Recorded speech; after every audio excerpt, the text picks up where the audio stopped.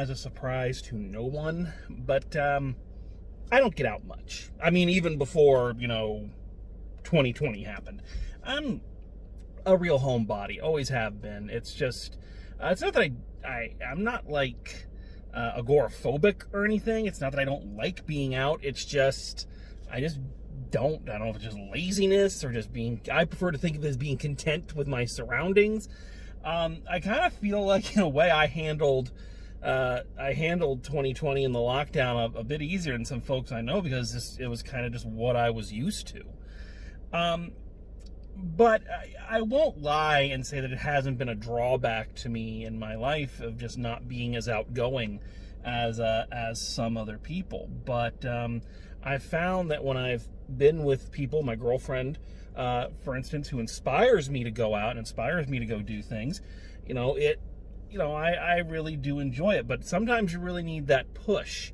I mean, that if we want to get down to it, that's kind of what started this whole legacy of just needing to get out and talk to people, even if it's through a review. So I understand the mindset of someone who wants to stay where they are, they're happy where they are, or at the very least, they've convinced themselves they're happy in their little isolated existence. And I also can understand that tentativeness to moving outside of that comfort zone. And I also can understand the rewards that can come from it. And all of that, I think, makes me a primary candidate for this film. I can honestly say I think I'm the target audience for this fun little movie. So what is this? This is another one that I gotta say, I've been loving the DirecTV thing right now, because these are the films that I really started drive home reviews to look at. I mean, of course, I've said this multiple times during the course of this show, but I always knew I'd review the big things, the Marvel films and all that. Always knew I'd look at those, but what I really wanted to look at is I wanted to review the smaller movies, the things that nobody was really talking about, and get those out there. So this film, again, just fits me like a glove. Just everything about it just really hits. I haven't seen a film that was really as aimed as someone like me since Their Finest. So this is one I found on DirecTV. It's just a recent adage. Of course, another 2020 theater refugee. I hate to use that term, but obviously one that was meant to be released in 2020, but 2020 happened. So it's finally hitting the DirecTV, and boy, am I glad I watched this one. I was a little hesitant, but when I finally sat down and watched, I was like, man, this is a great little movie. So what is this about? So the film it's fairly simple, a very contained little story, where our main character, who's played by Brian Tyree Henry, who last made his appearance on this show playing the insane podcaster in Godzilla vs. Kong. But he plays a guy who is kind of a self-imposed shut-in. He doesn't like going out. He doesn't like being around people. But he likes being in his apartment. He has recently broken up with his girlfriend who cheated on him, and so he's withdrawing even more. And on this day, a day he has a deadline, he accidentally locks himself out of his apartment and is kind of forced to interact with the people around him. So it's a very, very self-contained story. There's not a lot, there's no deeper meaning here. It is him basically just learning to go out and make connections with people on varying degrees of intimacy. He meets the guy who lives upstairs from him, who it turns out is in I don't even know what you call it, a three-way relationship. I don't know how to explain it. I don't know the term. I'm a prude. Sorry. But he meets them. He meets the little girl who lives, I think, another floor above him who lives with her alcoholic mother, and the little girl kind of set up a little safe place for herself on the roof. He meets a meter reader who also feels very isolated because she has a job where everybody hates her. He interacts with an older woman who lives in the next building and just kind of starts to build little relationships. There's just a lot of things I really dig about this movie. And it's another one of those films where I feel like the writer, who's also the director, when composing the script and coming up with how they wanted to film it, just said, what's the simplest, smartest thing we can do, and let's do that, you know. So in terms of the filmmaking, the closest thing I can kind of relate it to is it kind of reminds me bizarrely of like early Kevin Smith, like, you know, Clerks early Kevin Smith. Clearly, you know, both independent films, smaller. And what I like in terms of the directing is that both films kind of have the same philosophies, that we don't need a lot of tricky camera shots. We don't need, you know, a lot of craziness. What we need is just set the camera up in a way that frames the environment the way we want it to be viewed. In the case of Clerks, you're looking at more of a dingy, oppressive, unpleasant kind of surrounding. Here, of course, they want everything to feel very inviting, very warm. The film is beautifully shot. It makes Brooklyn look very, very inviting. And in terms of the story, both films are content to kind of say, we don't need to do a lot with a simple premise. We just need, again, to set the camera up and trust our characters and our actors to push everything forward and keep the audience engaged. And in both cases, the film is absolutely right. I think the characters in this are the strongest thing. They're a wonderful little menagerie of humanity. And what I like about this film is that none of the characters are drawn too broadly. They're not, when I saw the trailer for this and the way they kind of framed it, you could easily see this being a movie that someone like, I keep saying Ricky Gervais, that someone like Ricky Gervais would make, where he's a misanthropic, grumpy, just hates everybody, thinks he's smarter than everybody, and he gets locked out and he's surrounded by all these weirdos, sex fiends and, people who collect toenails or something, and him, wanting to get away from these gross people, and then through the film, he learns that, no, they're people after all, and he's got a heart of gold. And keep in mind, this is from someone who really likes Ricky Gervais and really likes his shtick. So this is not a criticism on him, but you can see how this scenario and this setup could really be taken way too far. And this film doesn't do that. It lets the people be people. They're multi-layered. They have their ins and their outs and their ups and their downs. Our main character, again, played by Brian Tyree Henry. I'm sorry, Brian Tyree Henry. He's an anchor. He's an excellent anchor and an excellent. I don't know. He feels like an everyman. He feels like someone you know or that you have been. And I think that's really important for a film like this.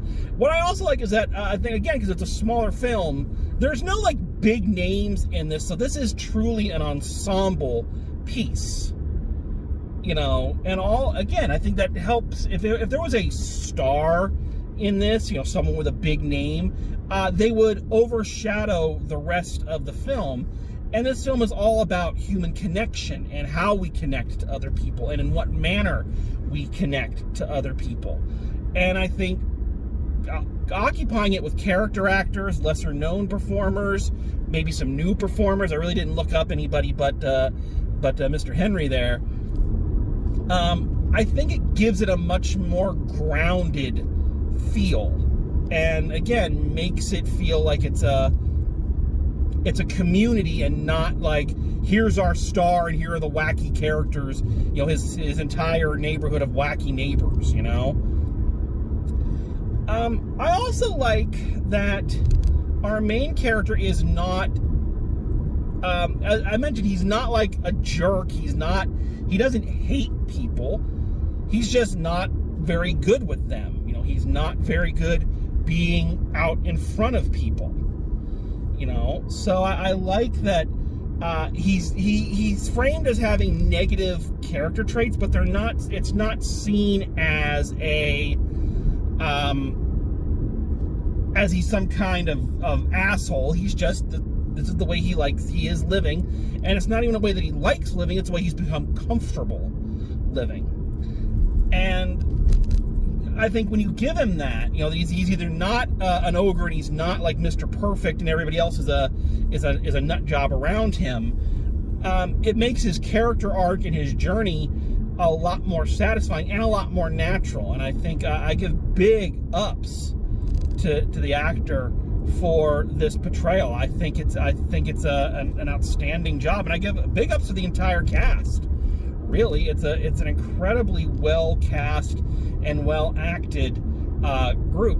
I'm not sure what you would classify this movie as. I want to say it's a comedy, but it's not like a laugh out loud comedy. You know, this isn't something where you're going to sit there and just, all these big set piece comic moments. The comedy is much more subtle. And there's a couple of chuckles here, but I think there's no real genre for character piece, which is what this movie really is. It really is a character piece more than it is anything else. I also like that there are some interesting details in this that just set it apart. So aside from having kind of a regular job, like a lot of these people, you know how in comedies and films like this, people kind of have stock careers, you know, in the late 90s, early 2000s, everybody was an ad executive, you know, that kind of thing. They give him a very interesting career. So he wanted to be a documentary maker, but he kind of stalled on that. So what he does now is he makes the in memoriam videos for Turner Classic Movies, which is an incredibly specific task, an incredibly specific job, which is another thing that really kind of caught my eye about some. I think those in memoriam videos that TCM does are some of the best out there. So I'm actually going, hey, all right, buddy. Sadly prolific, however, just one of those weird things you talk about movies predicted. So obviously this movie took place in then 2020. And at the end, we see him scrolling through. He talks about how he has, he keeps some of these things kind of on task, and he's got, you know, older actors, at-risk actors. He's got, you know, things kind of already made in a rough draft form, so when they finally pass away, he can go in and just really quickly add things to them and submit them so they can get them on the air real quick. And at the very end of the film, he's doing one up and he's scrolling through, and you see one of the files says Sean Connery. So yeah, that was a thing. But that kind of leads me into this. What I think is really nice about this film is that it's strangely prolific. I think maybe it's one of those films that's coming out when it needs to, because we are all, at the time of this recording, the world is starting, fingers crossed, to kind of set itself back on track after, you know, that. And people who have been inside for a long time and have been trained to kind of isolate themselves and keep themselves away from other people, well, you know, because they were smart, are now starting to open the doors back up. More things are opening, vaccines are flowing. You know, it feels like we're trying to start to get back to some semblance of society that we had beforehand. And understandably, people are very nervous about this. I'm very nervous about it. I'm vaccinated, but I'm very nervous about it. And I think this is a movie that we kind of need right now as we're starting to open back up and starting to interact with each other once again. We focus so much on kind of keeping things, you know, in our own little sphere, that now we're starting to needing to put ourselves out there again, just like the character in this movie. I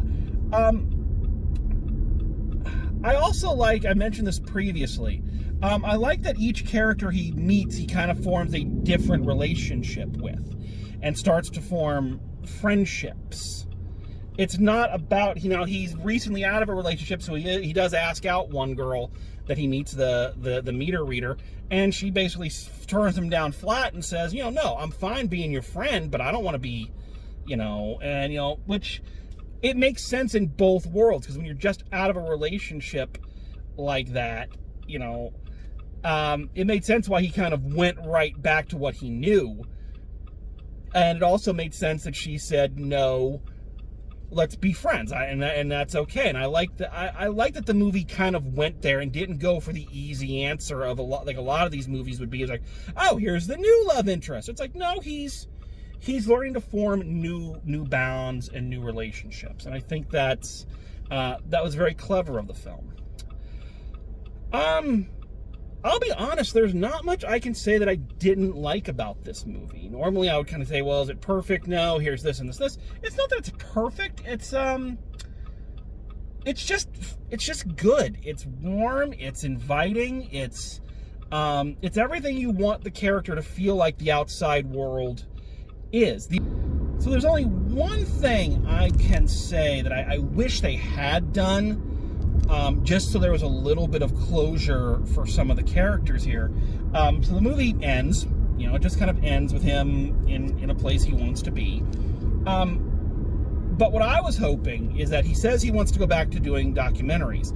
So what I was hoping is that maybe as the credits rolled, or right before the credits would roll, we'd get, you know, like a little shot of this documentary he's making about his block and about the apartments, about the people who live there.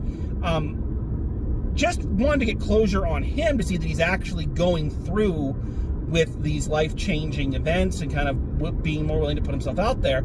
And two, I wanted more closure for the little girl he meets who's living with an alcoholic mother. You know, I felt like they put that out.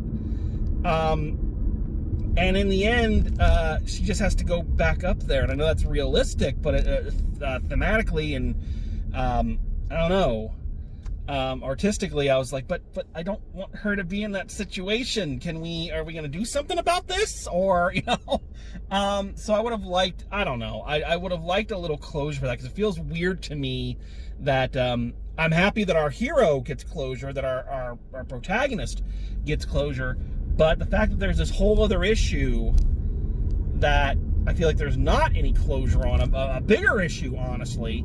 I don't know, as an audience member, it was very hard for me to be like, yay, him, when I'm like, but that little girl, you know, she needs help. You know? So I don't know, I would have liked, I know not everything can be tied up in a neat bow, but I would have liked just a little bit of, closure, I guess is the word I want. But that's kind of the only negative thing I can really say about this movie. Is this movie going to blow you away? Is it going to, you know, sweep awards? Is it like genre redefining? No, it's not. But it doesn't have to be. Not every movie needs to do that. Sometimes you just need something that makes you feel good and is fun to watch with characters you want to spend time with. And that, in that area, this movie delivers in spades. I'm very happy that I decided to watch this one, and I hope more people do. So I don't have a lot more to say on this, so let's wrap this one up. So final grade for The Outside Story, I'm going an A- on this one, to be honest. I was thinking in the B level, because it is kind of a middle of the road type film. But I don't know, I finished watching it and felt good. I finished watching it and felt happy, and I think that deserves an A. I think what it lacks in any kind of real ambition or ability to kind of do, because it's a smaller story, it makes up for in heart and just overall good feelings. It accomplished what it set out to do. So I was very pleased with this one. So A- for this. All right, so Nice to see some of these films that we've been waiting for since last year that are coming out aren't all big disappointments.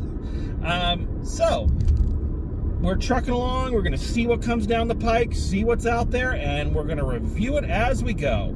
So thank you all for joining me, and as always, drive safe, and I will see you at the movies.